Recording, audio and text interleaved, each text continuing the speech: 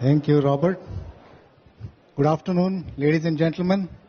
Since Robert has said I have to talk about very funny things, I will talk about very serious things, which is very serious for you as a cloud user. It's very funny for everybody else when the cloud doesn't work. But for you, if the cloud fails, your business fails. And that's not so funny, right? So I'm going to talk to you about all of this. I'm going to give you a concerns and I'm going to show you the solution as well. All of it in 15 minutes. Okay, cloud breakdowns due to unreported causes. And you can see 1, 3, and 6 are security related. Security related causes under IDA come in a new standard that Ace Kung talked about called MTCS, multi-tier cloud security. All the rest is outages outside of security, which means no malicious intent or no hacker attack, no denial of service. That's the one I am going to talk to you about. Because if it is a hacker incident, you know exactly what your position is and how it has happened. But if it is not hacker related, you need to know how to protect yourself. So let me show you some more concerns. Look at the date, September 28, 42 minutes. Now Facebook, we know, is not a public cloud in the sense that you don't pay money to Facebook. But if you are an advertiser, your ad is down on Facebook. And 42 minutes for advertisers is a loss of potential revenue, lots of potential business. For your information, according to IDC, Facebook makes 85% revenues from advertisers. Google makes 90% revenues from ads on Google search, right? So if you're an advertiser and you're advertising here, how do you relate to Facebook and go back and say, indemnify me for this loss? Okay, some more. Just to be fair, I'm going to say bad things about all cloud service providers, right? So Skype, as you can see the date here, G-Cloud, no need, okay. September 22, this is a major outage. Major outage means service is not available for more than 60 minutes. So Skype, as you know, a lot of companies do all their corporate calls on Skype now because it's part of Microsoft. And therefore, if you're an SME and you're doing business with other businesses around the world and you're relying mainly on Skype, your business is on the line. Okay, let's go some more. This is, again, Facebook. This is Dropbox. A lot of companies have a lot of business on Dropbox. But what about the biggest cloud provider of all? Amazon. Here they are. This is from an Amazon blog or from a tweet. And Amazon, as you know, is a very creative company. And they have got a new word that they have come out with called throttling APIs. We have now throttled APIs. So how do you throttle someone? You crush his neck. So they are crushing the APIs to make sure the cloud service comes up again. This is not to say that all these cloud service providers are bad or evil or have evil or malicious intent. They don't. But these are outages which are not planned, which are outside their control, and which is not caused by a security incident. And you as a user have to be aware of it, number one. Number two, be prepared for it, and therefore do something about it. That's what we are getting to. So Yahoo Japan's hosting company is called First Server. They had about 6,000 SMEs who were hosted on them. The entire business was hosted, and some of the big names you can see here. In June 2012, about 6,000 companies during a system security upgrade lost all their data. And this is an actual case study of an actual incident happening in Asia. And this serves as a good learning point for countries around the region on what can be done to make sure that cloud service providers are accountable to you as a business, to you as a citizen, and to you as part of a government organization, right? Okay. And I will show you what is the position the company took on this. They trusted First Server because they had BCDR procedures in place. So in Singapore, the BCDR certification is SS540 or ISO 27003.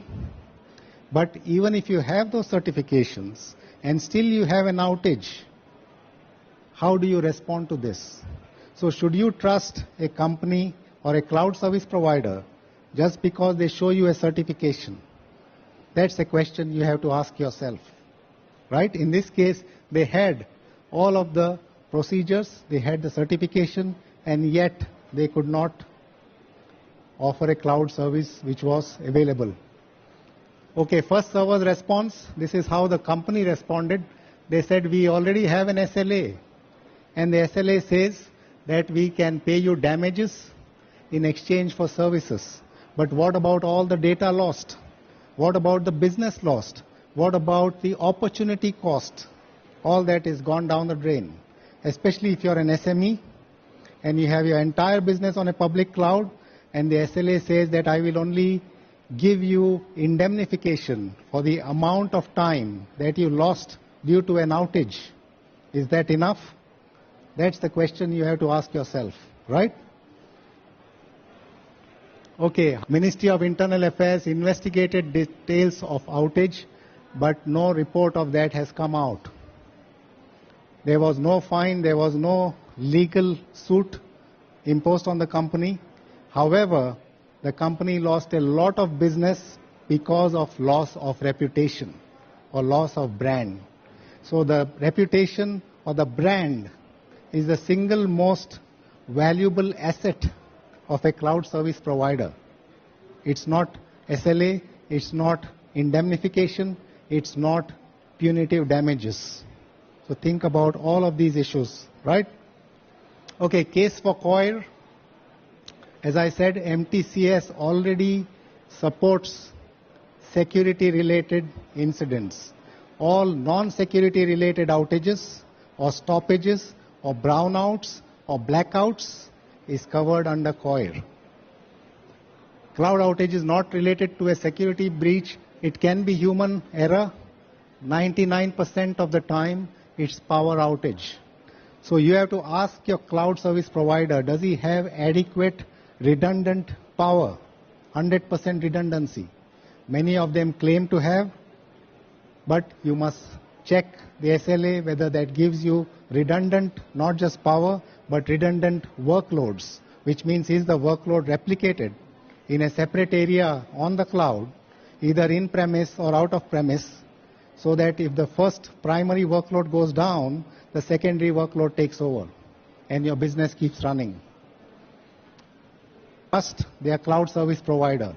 Even in Singapore, a lot of SMEs, there are a total of 1.2 million SMEs, small or medium businesses, from 2-man operations to 999-man operations. They are SMEs based on revenue, because Spring Singapore has a definition for SME, which is revenue based, right? By that definition, most of the SMEs don't have a physical data center. They don't have a colo data center. They don't have physical servers. They trust all their business on the cloud. So how do you indemnify them? Should they pay for cloud outages if they are adversely impacted, right? So our view as a government body is to say to you, the SME or the end user, that you cannot trust the cloud 100%. You have to have your own DR in place. BCDR, business continuity, disaster recovery. You should have something in premise, at least so that your mission critical workloads are handled in premise when the cloud goes down. Because if you trust the cloud 100%, yes, you can sue them. Yes, you can write about it in the newspapers, but your business is gone. So what is the point? Right?